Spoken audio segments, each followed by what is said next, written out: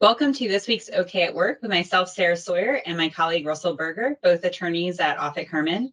And today we are talking about AI. So that's been something that's been in the news a lot lately.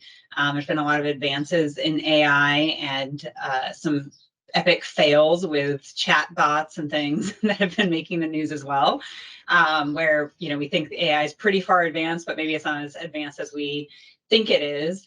But that's caused some things to come up in the legal world around employment and the use of AI by employers, and how that impacts things. So I know some employers are starting to use artificial intelligence for working through applications and the hiring process, all the way through potentially, performance reviews or different things. So what are some things that employers should be considering as they start integrating AI into their workforce potentially? Yeah, well, the first point I want to make is that AI did it is not a defense if someone sues you for discrimination or improperly paying them or whatever it might be. So while AI may be and will continue to grow into an even better tool for business and for employers, it's not a defense, and so you still have to ensure that you're compliant with the law.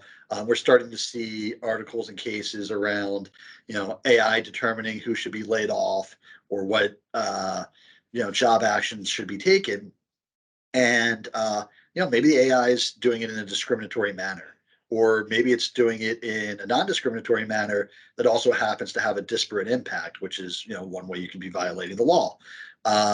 So you can't just rely on AI for that. And then secondly, I think, and this kind of ties into the first point, is that I think employers and businesses should view AI as a tool, not as a replacement. And obviously there are jobs and aspects of jobs that are going to be replaced by AI and technology. But by and large, I think it makes more sense to view it as a tool and an adjunct so that the jobs change and evolve with better tools, just like we've consistently done throughout history. As we get better tools, the jobs evolve. I think we should be thinking about it in those same ways. And again, it's a very high level statement, but a lot of detail to come, I'm sure, as AI and the chatbots get better and more efficient and more accurate.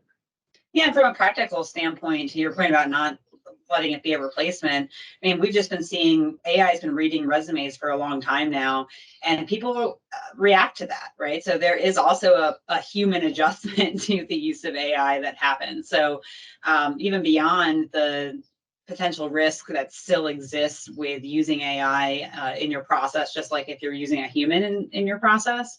If you're not properly overseeing it, or if you're relying too heavy on it, there can also be some practical implications around your workforce. So if you aren't really being thoughtful about it and thinking about it, even beyond the legal ramifications, it can create a different workforce than you would get otherwise.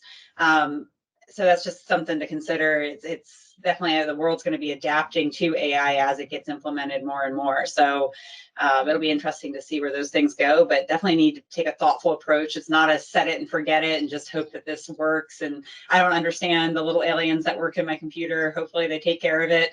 That's not really the approach you want to take here. Yeah, and look, we've talked about it in other contexts too. As minimum wage increases and rises, technology becomes a more viable, more cost-effective solution. And we've given the example of, ordering at a kiosk at a fast food restaurant as opposed to ordering with an actual person as a cashier. So there are definitely going to be opportunities, and I think sound business decisions to be made around utilizing technology to run your business more efficiently.